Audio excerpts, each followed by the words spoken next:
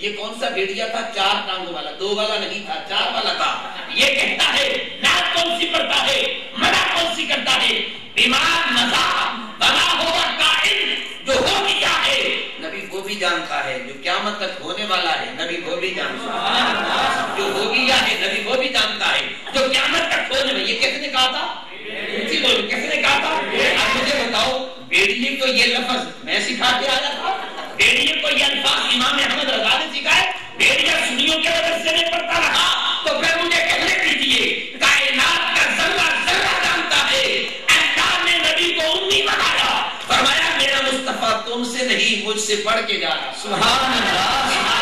بنا ہو بتائے جو ہو گیا ہے نبی وہ بھی جانتا ہے، جو قیامت تک ہونے والا ہے نبی وہ بھی جانتا ہے. قیامت کو کیا ہوگا ایک حدیث اور سنیے. صحیح مسلم کے اندر متعدد اسانید کے ساتھ یہ حدیث موجود ہے، اسی مدد سے کر رہا ہوں. حضور علیہ الصلوۃ والسلام مصلی پہ تشریف فرما ہیں، بیٹھے بیٹھے میرے آقا مسکرانے لگے، تبسم فرمانے لگے. صحابہ کرام نے دیکھا آدمی کوئی نہیں، بات کوئی نہیں، سرکار مسکرا کیوں رہے؟ تو غلام آگے بڑھتا عرض کرتا ہے آقا اجازت تو چھوٹا سا سوال پوچھوں. میرے آقا فرمایا کچھ عرض کی آپ نے تبسم فرمایا ہے، وجہ کیا ہے؟ میرے آقا فرماتے ہیں میں نے دیکھا میرا اللہ مسکرا رہا تھا، میں نے بھی مسکرانا شروع کیا.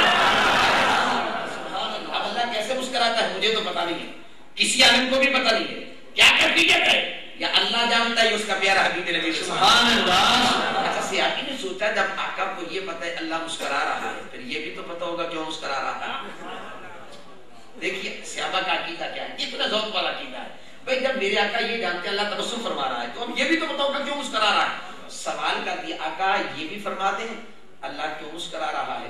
فرمائے ہاں اللہ ایک بندے کے ساتھ باتیں کر رہا ہے، بندے نے بات کی، اللہ اس کی بات سن کے مسکرانے لگی. سبحان اللہ. بندے کا اور اللہ کا مکالمہ وہ گفتگو ہوئی ہے، تو اب جب بندے نے بات کی اللہ تعالیٰ اس بندے کی بات سن کے مسکرانے لگا ہے.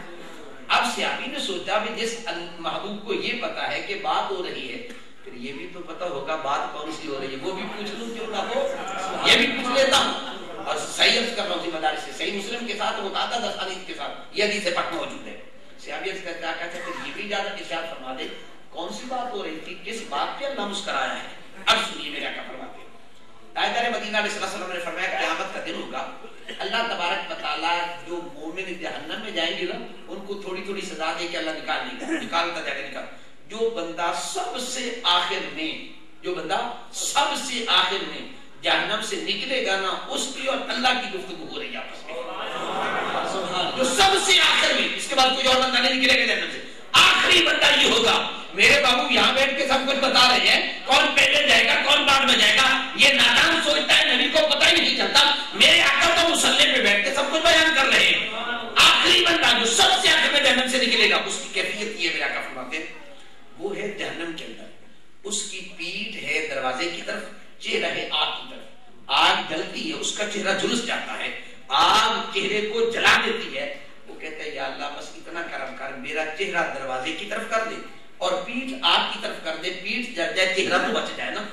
اس کی آپ میں کیا کر دیا ایکسیڈنٹ ہو گیا نا تو چہرہ بچ جائے میں چلو شکر ہے چہرہ تو بچ گیا نا. آپ دل کے دیا اس کا مطلب ہے چہرہ کیونکہ اہم ترین عضو ہے، چہرہ انسان کا سب سے اعلیٰ جز ہے. اب ذرا غور کرے، وہ بندہ کہتا ہے یا اللہ میرا چہرہ ادھر پھیر دے اور پیٹھ ادھر کر دے، پیٹھ جل جائے چہرہ تو بچ جائے.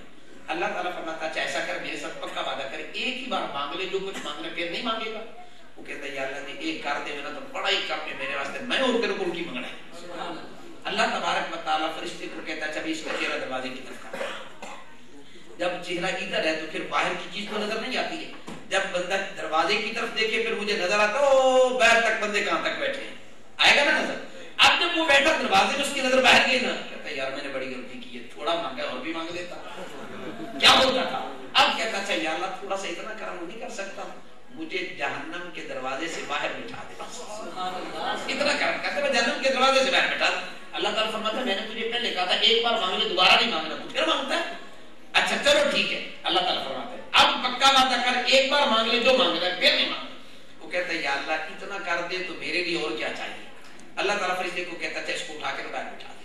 اب جب جہنم سے باہر نکلے گا پہلے جل رہا تھا جھلس رہا تھا، اب جلنے سے بچ گیا، جسم سلامت ہے، ہوش ٹھکانے آ گیا. کہتا میں تو بڑا ہی تھوڑا مانگا ہے، سامنے جنت ہے، جنت میں درخت ہے تو چھان لگائی کہتا میں تو بڑا ہی تھوڑا مانگا. اچھا کہتا یا اللہ میں تھوڑا سا اور کرم کر دوں. کیا؟ او جنت کے دروازے میں جو درخت ہے نا بس مجھے اس کے سائے کے نیچے بٹھا دے اور کچھ نہیں مانگتا. اب اللہ فرماتا اس بندے کو اچھا میں تجھے پوری زمین کے برابر جنت دے دوں پھر راضی ہو جائے گا؟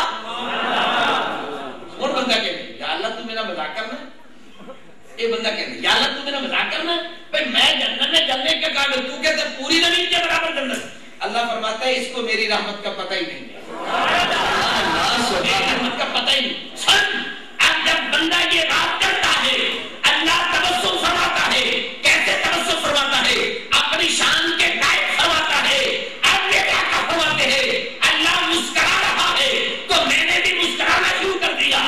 مجھے بتائیے یہ واقعہ قیامت کے دن ہوگا. آمنہ کے نام ہم بیان کر رہے ہیں تو پتہ یہ چلا میرے مصطفیٰ جو ہو گیا ہے وہ بھی جانتے ہیں جو قیامت تک ہونے والا ہے وہ بھی جانتے ہیں.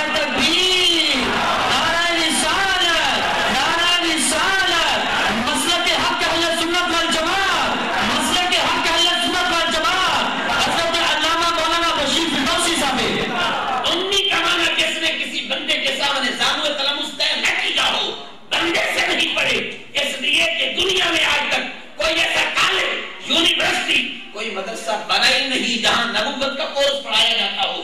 نبوت کا کورس فقط مکتب الہی میں پڑھایا جاتا ہے. اس لیے امی کے 3 معنی میں نے 14 معنی صرف کیے ہیں. آگے فرمایا میرے محبوب کی شان یہ ہے یأمرہم بالمعروف وینہاہم عن المنکر. میرا محبوب وہ ہے جو نیکی کا آرڈر کرتا ہے برائی سے روکتا ہے. میرے محبوب کی شان کیا ہے؟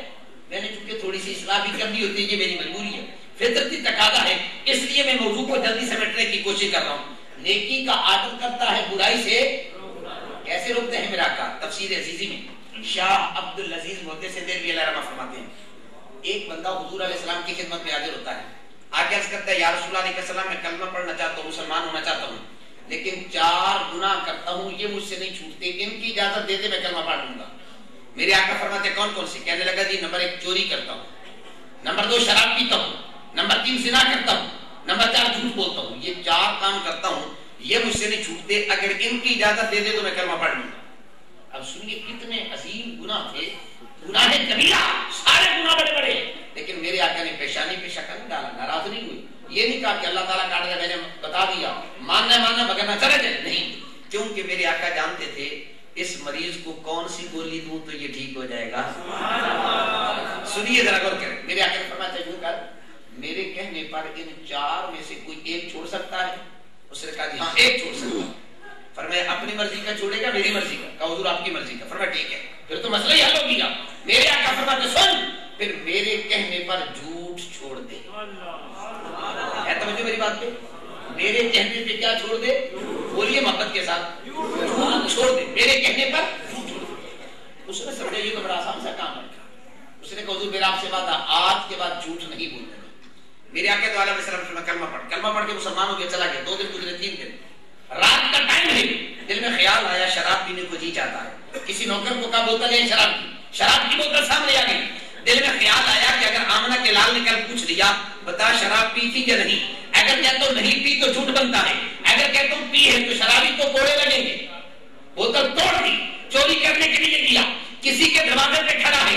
دل میں خیال آیا اگر آمنہ کے لال نے کہہ دیا بتا چوری کی تھی یا نہیں, اگر کہتا ہوں نہیں کی ہے تو جھوٹ بنتا ہے, اگر کہتا ہوں کی ہے سکتا ہوں تو ہاتھ کاٹ دیے جائیں گے. زنا کا ٹائم آیا, یہی خیال آیا, پھر تینوں کام چھوڑ کے در مصطفیٰ پہ آ گیا.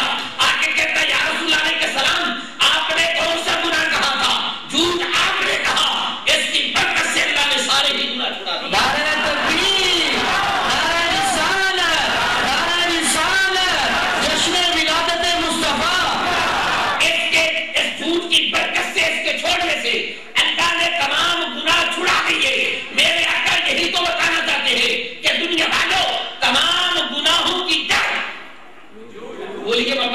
تمام گناہوں کی جڑ جھوٹ ہے.